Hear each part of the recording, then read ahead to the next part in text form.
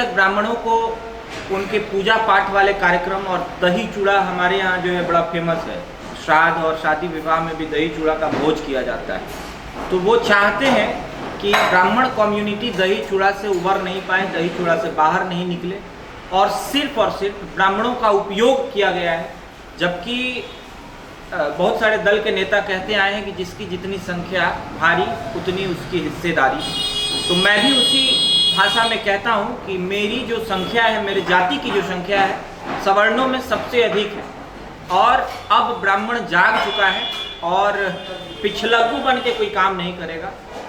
ब्राह्मण अब अपने हक की बात करेगा, ब्राह्मण अपने हिस्सेदारी को मांगेगा, और ब्राह्मण भूमिहार को भुलाने की बात नहीं करनी चाहिए, उनको ऐसा बचना चाहिए। ब्राह्मण एक अलग जाति है, भूमिहार एक अलग जाति है बिहार के अंदर।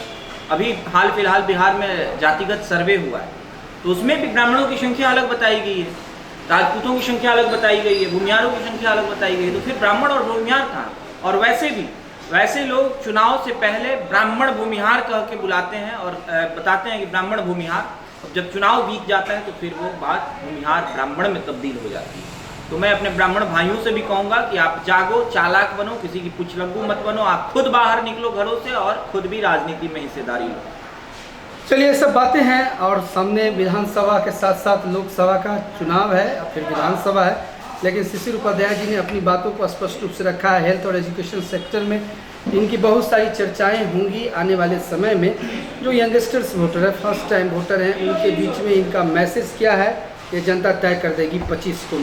और इन्हीं मुद्दों के साथ ये चुनावी दंगल में है। सहयोगी रणवीर के साथ प्रवीण कुमार, सुदर्शन न्यूज, मुजफ्फरपुर।